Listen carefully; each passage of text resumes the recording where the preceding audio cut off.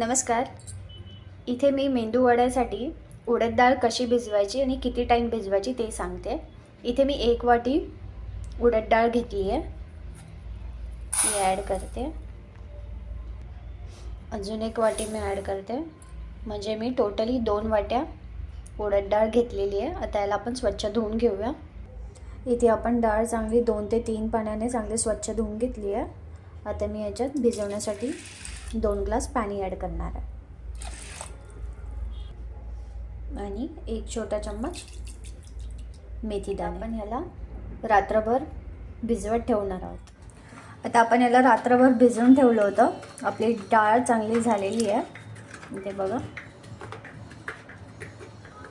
आता आपण याला मिक्सरमध्ये बारीक करून घेऊया.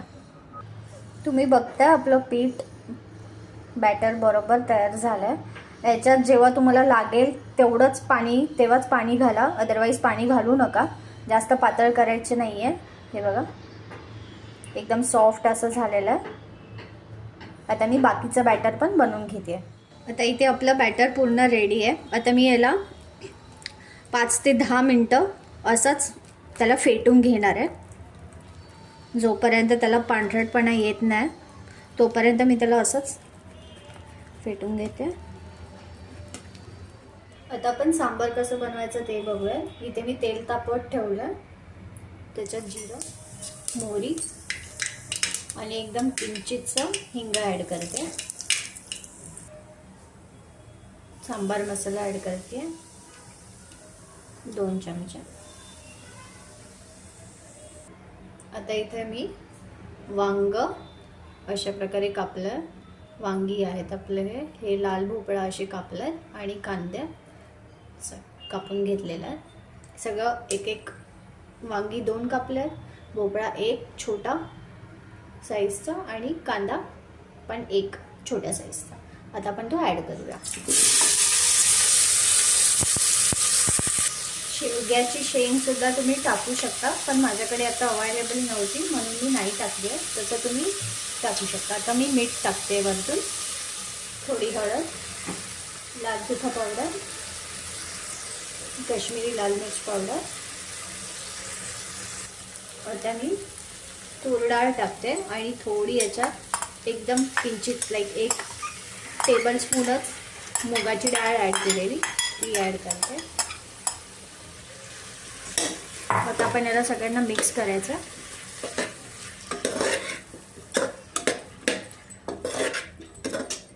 आणि 1 ते 2 ग्लास पाणी टाकून याला उकळून घ्यायचं.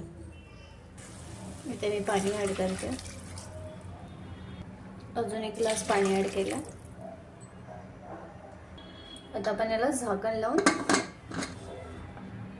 आता आपल्या भाज्या शिजतात तोपर्यंत मी खोबऱ्याची चटणी बनवून घेते. इथे मी खोबरं घेतलं आहे, हिरवी मिरची 1, आल्याचा तुकडा, कोथिंबीर आणि 2 ते 3 पाने कढीपत्त्याची घेते.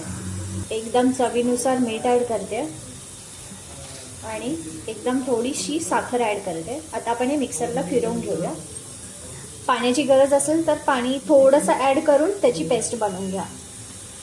ह्याच्यात मी चण्याची डाळ पण नंतर ॲड केलेली, तो स्किप झाला आहे माझ्याकडून. आता आपण असं बनवून घेतला त्याचं बॅटर. थोडंसं मी पाणी ओतते. आता मी आपल्या खोबऱ्याच्या चटणीला फोडणी देण्यासाठी तेल तापत ठेवलं. इथे मी मोहरी ॲड करते. मोहरी आपली तडतडली आहे. आता मी याच्यात ॲड करते कढीपत्ता आणि आता याच्यात ॲड करते.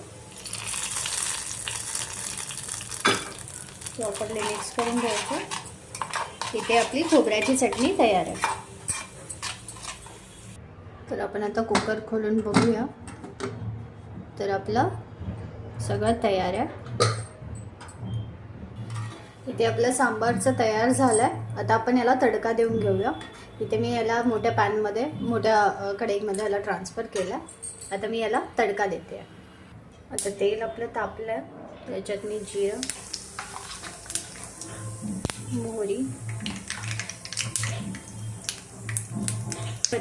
कढीपत्ता ॲड करते, हिंग, थोडीशी हळद, लाल तिखट पावडर, काश्मीरी लाल मिर्च पावडर आणि 1 मोठा चमचा सांबार मसाला. आता आपण सर्व ह्याच्यात ॲड करून घेऊ.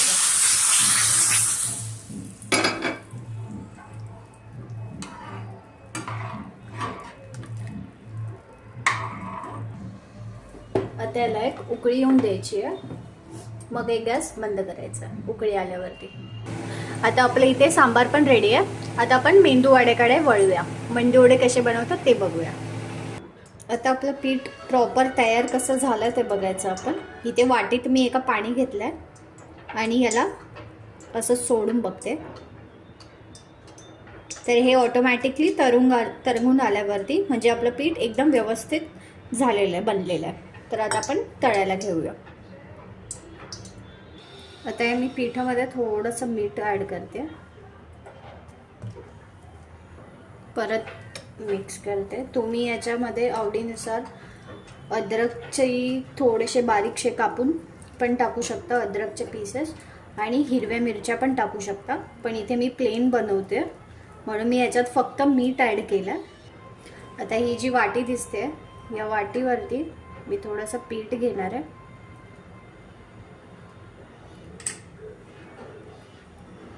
थोडं या वाटीत मी पाणी घेतलंय. पाण्याचा हात थोडासा लावायचा, मध्ये असं डॉट द्यायचं आणि अलगद हाताने अशी वाटी उपडी करून सोडायची. वाटी थोड्या वेळ तेलात बुडवून ठेवायची, ते ऑटोमॅटिकली सुटून जातं खालती मेंदू.